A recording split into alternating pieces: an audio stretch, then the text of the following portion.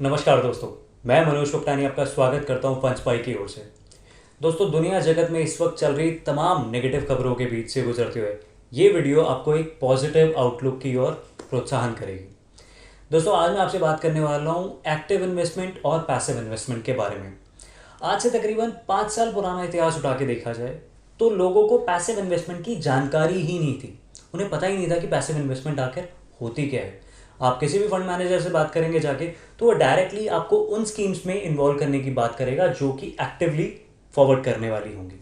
लेकिन ऐसी स्कीम्स जो कि डायरेक्टली इंडेक्स बेस्ड हो या आपको पैसिव प्रोडक्ट के रूप में निकल कर आए, उसके बारे में बहुत कम जानकारी दी जाती थी। लेकिन दोस्तों, आज के इस वीडियो में मैं आपको कुछ ऐसे कमाल के फैक्ट्स बताऊंगा जिन्हें सुनकर आप जरूर चौंक जाएंगे। दोस्तों, ग्लोबली $5 ट्रिलियन से भी ज्यादा अमाउंट इन्वेस्टेड है पैसिव प्रोडक्ट्स में, जिसमें से सबसे ज्यादा हिस्सेदारी है यूएसए की 68%, फॉलोड बाय यूरोप 16% और फॉलोड बाय जापान 6.5। इंडिया भी दोस्तों अब पीछे नहीं रहा है। 5 साल पुराना इतिहास अगर इंडिया को उठा के देखो तो $2 बिलियन इन्वेस्टेड हुआ करता था पैसिव प्रोडक्ट्स के लिए, सिर्फ 56 प्रोडक्ट्स में। आज की डेट में 5 साल के बाद वो $2 बिलियन की इन्वेस्टमेंट $24 बिलियन हो चुकी है। इतने ज्यादा लोग इन्वेस्ट कर रहे हैं डेली। आज की डेट में वो प्रोडक्ट्स 56 से बढ़कर 87 हो चुके हैं। तो दोस्तों, कहीं ना कहीं एक इंडिकेशन तो क्लियर आ रही है। वक्त बदल रहा है, हालात बदल रहे हैं और जज्बात जज्बात तो क्लियरली बदल रहे हैं। तो क्या आप उसका हिस्सेदार नहीं बनना चाहेंगे? आज की इस वीडियो में मैं आपको बताऊंगा एक्टिव इन्वेस्टमेंट और पैसिव इन्वेस्टमेंट, इन दोनों के बीच में फ़र्क क्या होता है, साथ ही आपके लिए कौन सी बेस्ट है। तो दोस्तों, सोचना कैसा, चैनल सब्सक्राइब कीजिए और बेल आइकन प्रेस कर दीजिए ताकि जैसे जैसे मेरी ये एजुकेशनल वीडियोस आती जाएं आपके पास वो तुरंत पहुंच जाए और आप इसका बेस्ट से बेस्ट बेनिफिट उठा सकें। सबसे पहले शुरुआत करते हैं एक्टिव इन्वेस्टमेंट के साथ। दोस्तों, एक्टिव इन्वेस्टमेंट में आपके फंड मैनेजर का काम होता है कि आपके लिए बेस्ट से बेस्ट स्टॉक ढूंढे, साथ ही साथ कौन से सेक्टर है जिसमें सबसे अच्छा पोटेंशियल है।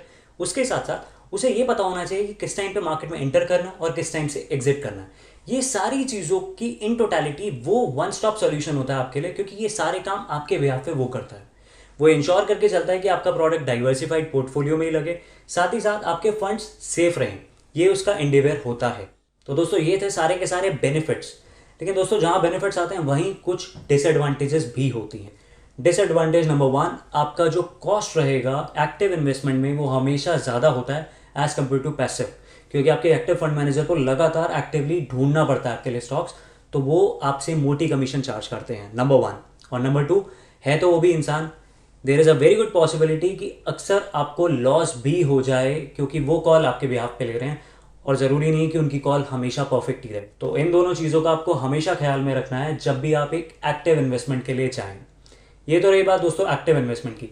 अब चलते हैं और समझते हैं what do I mean by passive investment. Passive investment दोस्तों हर एक उस इंसान के लिए बेस्ट है जिसका एक लॉन्ग टर्म ऑब्जेक्टिव है। वो जिसने अपनी लाइफ में एक फाइनेंशियल डिसिप्लिन क्रिएट कर लिया और उसे पता है कि मैं थोड़ा थोड़ा इन्वेस्ट करता चला जाऊंगा और ये इन्वेस्टमेंट सालों साल बढ़ते बढ़ते जैसे जैसे आपका इंडेक्स बढ़ेगा वैसे वैसे बहुत आगे पहुंच जाएगी। इसमें सबसे ज़बरदस्त जो आपको फ़ायदा मिलता है दोस्तों वो ये कि इसमें जो कॉस्ट है जो आपको देनी पड़ती है एक फंड मैनेजमेंट फीस के तौर पे, वो बहुत ज़्यादा कम है। क्यों? क्योंकि आपके फंड मैनेजर को डायरेक्टली एक्टिवली इसके अंदर लुक आउट नहीं करना पड़ता है। क्योंकि ये पैसिव इन्वेस्टमेंट है तो आराम से साल भर साल जैसे आपका इंडेक्स बढ़ेगा वो वैसी बढ़ रही होती है और उसको देखना नहीं पड़ता है। इसी वजह से आपकी कॉस्ट इसमें बहुत ज़्यादा कम रहती है। साथ ही साथ आपको इसमें एक बहुत अच्छा बेनिफिट मिलता है कि आपको ट्रांसपेरेंट रहेगी सारी की सारी सिक्योरिटीज़। आपको पता है कि अगर आज मैं निफ्टी जो कि 10,000 पॉइंट के अराउंड घूम रहा है, अगर मैं आज इन्वेस्ट करता हूँ और 5 साल के बाद अगर वो 20,000 हो जाता है तो आपको क्लियर रहेगा कि मैंने जो 10,000 इन्वेस्ट करे थे वो आज की डेट में मोटा मोटा 20,000 के अराउंड होने चाहिए।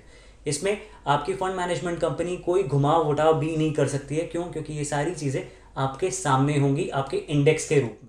अब आप कहेंगे दोस्तों मनोज जी आपने तो धर्म संकट में डाल दिया, आपने तो दोनों के बेनिफिट्स बता दिए और दोनों के डिसएडवांटेज बता दिए, तो हम किस में जाए भला? दोस्तों, मेरा ये दोनों चीज़ें बताने का पर्पस सिर्फ इतना सा है कि आपको एजुकेशन पूरी मिलनी चाहिए। आपके साथ ये ना हो कि आपको नॉलेज किसी भी चीज़ की कम रह गई। मेरा पर्सपेक्टिव दोनों ही केसेस में आपका फायदा है, चाहे आप एक्टिव इन्वेस्टमेंट के साथ जाए या पैसिव की। मेरे इस केस में आपको मैं 3 ऐसे सुझाव दूंगा जिसके चलते आपकी ये सोचने की चीज़ थोड़ा सा सरल हो जाए कि आपको इधर जाना है या उधर। सबसे पहले देखिए फेस, मार्केट में इस टाइम फेस कौन सा चल रहा है।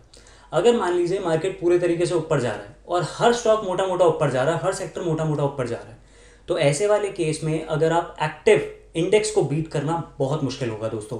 तो ऐसे में अगर आप एक एक्टिव इन्वेस्टमेंट करते हैं जहां पे आपके फंड मैनेजर को कॉल लेनी है कि किधर जाऊं और किधर ना जाऊं, वो आपके लिए खतरनाक साबित हो सकती है। क्यों? क्योंकि ओवरऑल पूरा मार्केट ही ऊपर जा रहा है। तो ऐसे में इंडेक्स बेस्ट ऑप्शन होगा। वहीं दूसरी ओर अगर मान लीजिए मार्केट बुरी तरीके से नीचे जा रहा है, वॉलेटाइल है बहुत ज़्यादा, तो ऐसे में आपके लिए एक एक्टिव फंड मैनेजर ढूंढना बहुत ज़्यादा आवश्यक है। क्यों?